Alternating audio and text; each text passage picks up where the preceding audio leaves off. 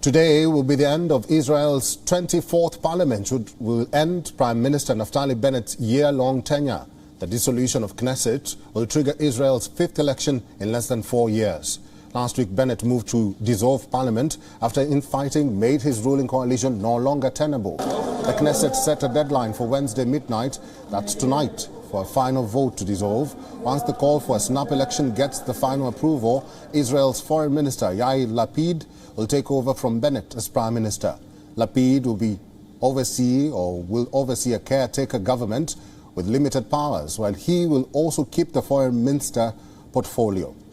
Elections will likely be held either on October 25th or 1st of November. But even as lawmakers grapple over the exact election date, the campaign has already become dominated by the possible comeback of former Prime Minister Benjamin Netanyahu.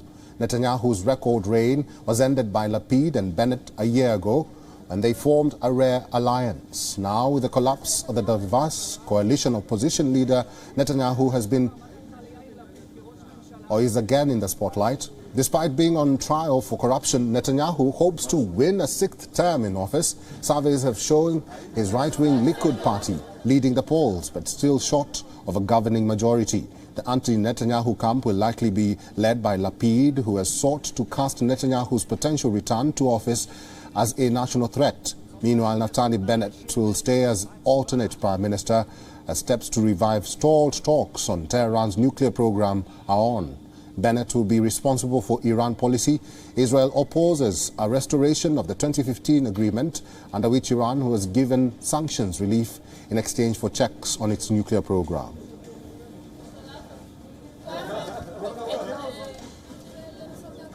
And for more on this, our correspondent Jody Cohen is joining us from the Knesset premises in Jerusalem. Hi, Jody.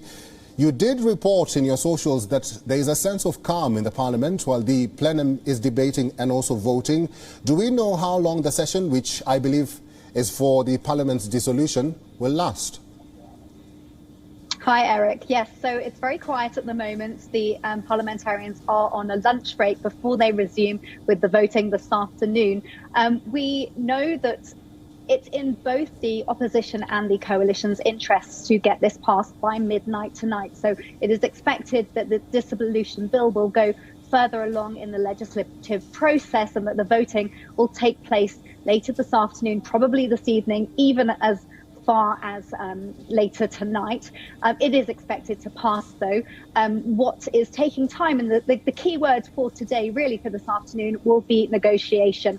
And that's because the opposition and the coalition are debating which legislation will pass before the dissolution bill passes. And the key ones there to watch out for are the US waiver program and the bill about the metro system. Now, Likud has indicated that they would vote against both of these.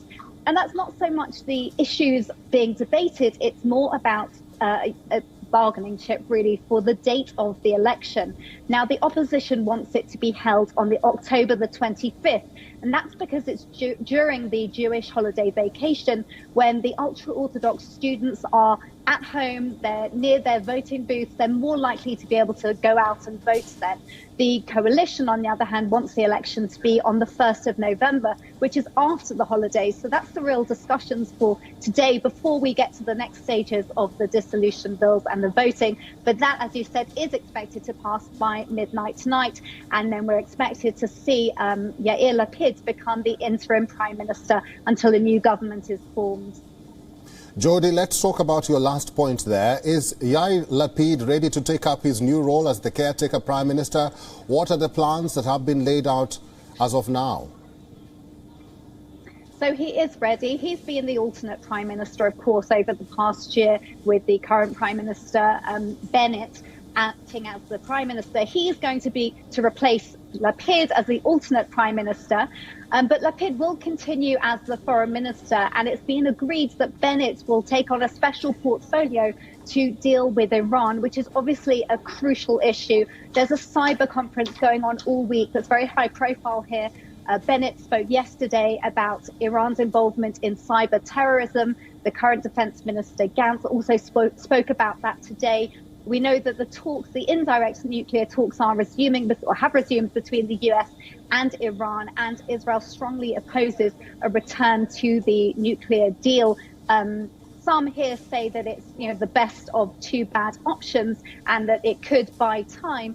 But the general consensus here is that the concern with the deal is that it would release funds, it would ease sanctions, and those funds would be invested in terror.